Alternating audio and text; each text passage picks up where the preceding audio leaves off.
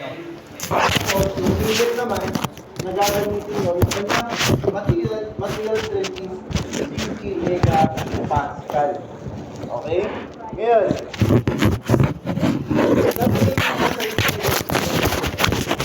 tinatanong dito, ano naman daw yung kapal ng plate na gagamitin nyo? Okay? So, base yun doon sa material strength.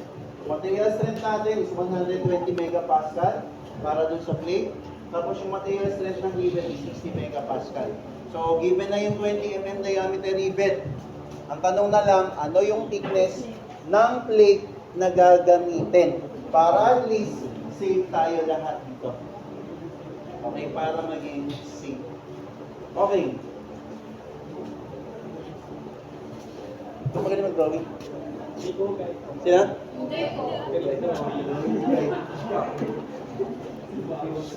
Naglagalata na, naglain na. Sige. Paki-drawing. Sige na. Ay, mas magaling yung mabilis pa. Sige, nakalagay naman dyan. Lovejoy.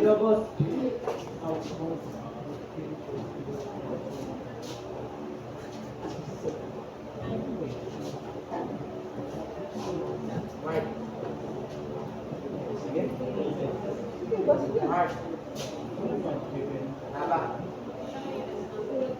Ano ba sinabi? Okay, ano na yan, Beth?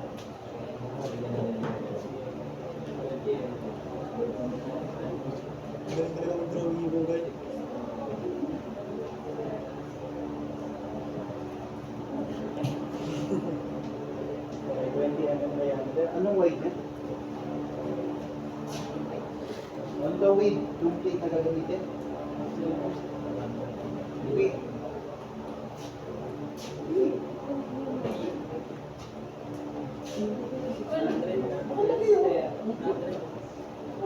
Hindi, ilagay mo sa dimension. Di ba maglalagay ka ng dimension? Di ba kung nag-drawing ka, maglalagay ka ng dimensions?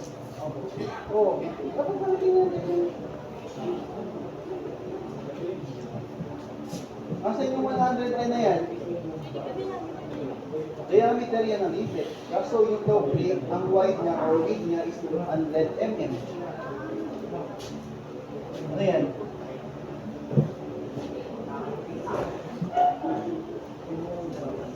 Sigurado ka? Talon. Wait. Talon.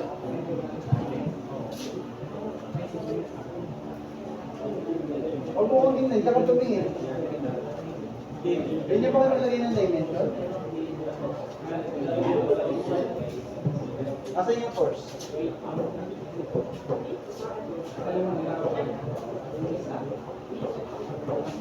Okay, sige, lagyan mo lang. Okay, sige, lagyan mo siya ng side.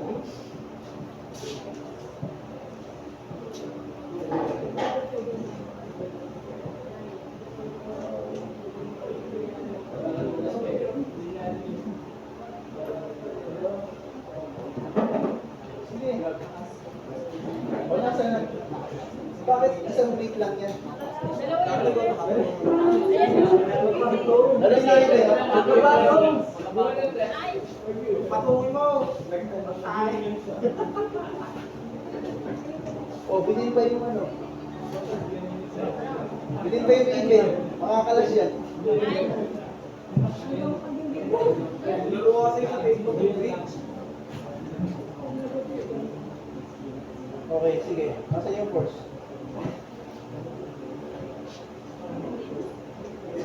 Course na. Sino may course na doon?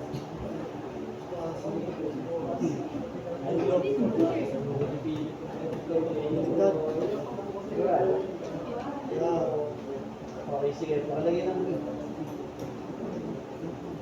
okay, nasa inyo ang hinahanap. Okay, nawala yun. Okay, isa pa. Parehas daw, di ba? Okay, so yun yung nawawala yung thickness. Okay, so base dito, magbabase tayo. Kung kayang plate dito, pinagdikit, nagtugtong, nagkapit, gamit si rivet na 20 mm diameter. May material strength ng rivet natin ay megapascal. Ngayon, yung plate na ginamit, yung material strength niya, yung tibay niya, is 120 megapascal. Ang tinatanong, gaano daw kakapal yung plate na gagamitin? Para at least safe tayo. Diba sabi ko sa inyo, yung bakal, iba-iba rin yung plate thickness niyan. Okay, meron siyang 7mm, 9mm, 11mm. Okay? Yung kapal, parang sheet yan. Nakakita na ba kayo ng sheet ng metal? Yung sheet ng metal, nakakita na kayo? Yung malapad, tapos makapal. Minsan, magano rin kayo, ano? Okay. Yung especially pagkalimbawang sa mga publication, yung mga publication ng metal sheet, di ba meron dito, welding? Yung mga material na plate, tanungin nyo kung ano yung mga kapal ng mga metal na ginagamit dyan. Okay? So, at the same time, pagka bagong metal or bagong steel plate ang gagamitin, as much as possible, pinapahamugan muna. Kasi may balat yan. May balat yung mga metal natin. Hindi yung pipinturahan nyo agad dyan.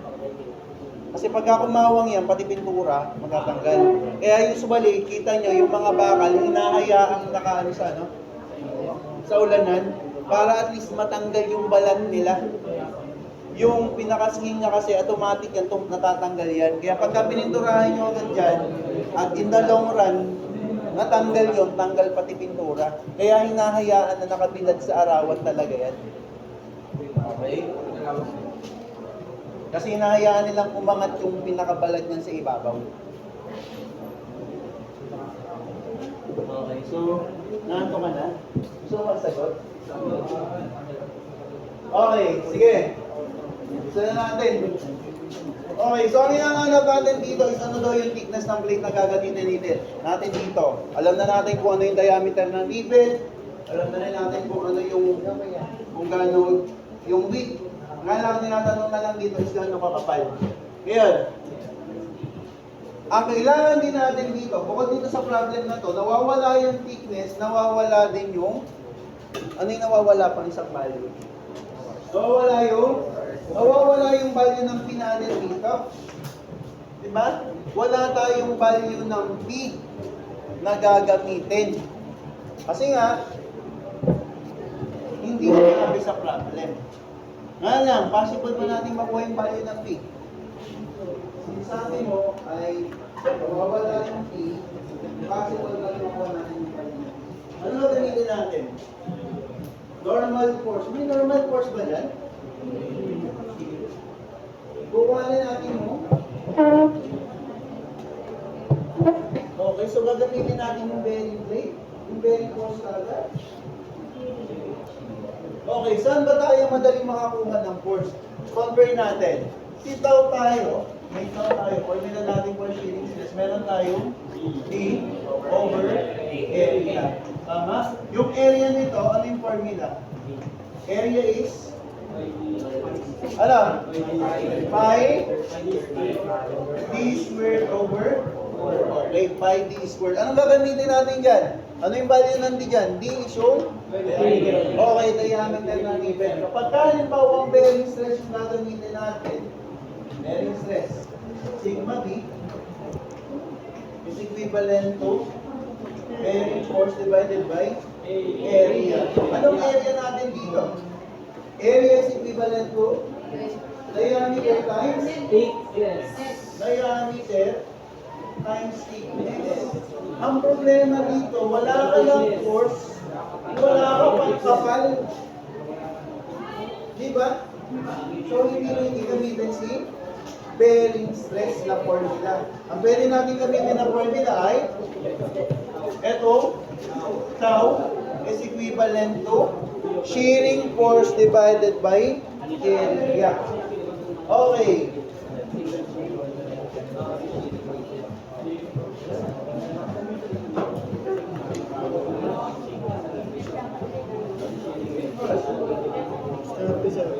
Tau is equivalent to B over area. So nawawala, meron pa tayong given ito. Ito makukuha ba? Makukuha? Okay, makukuha. Ito yung hinahanap natin. Paano natin kukuhanin? B? Ano hinahanap yung boy? Tau times? Okay, tau times area. Okay, B is equal. Ano na ang value ng tau? 60 Newton per mm squared times 5 over 4 times 20 mm squared. Okay. B is equivalent to 18,849.56. Anong unit po? Anong unit? Okay, Newton. Kasi cancel na to.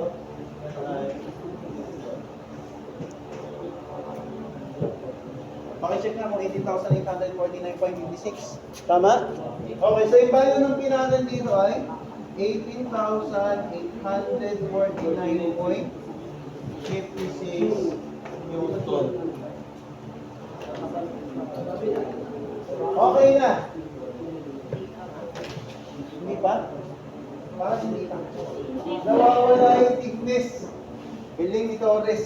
Di siya inaantok. Okay. Okay, ano yung formula ang gagamitin natin dito? Okay ha? Ano yung gagamitin natin para makuha yung thickness? Ano? Yung? Okay, bearing stress. Stress na si Torres. Gusto na umuwi.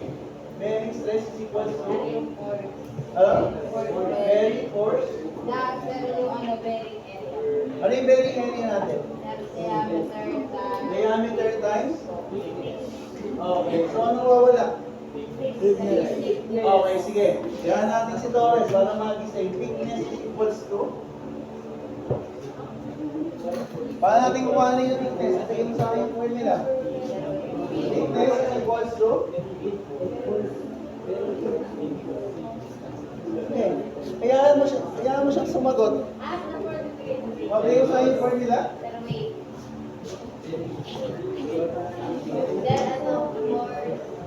Ano? Bearing times? Over?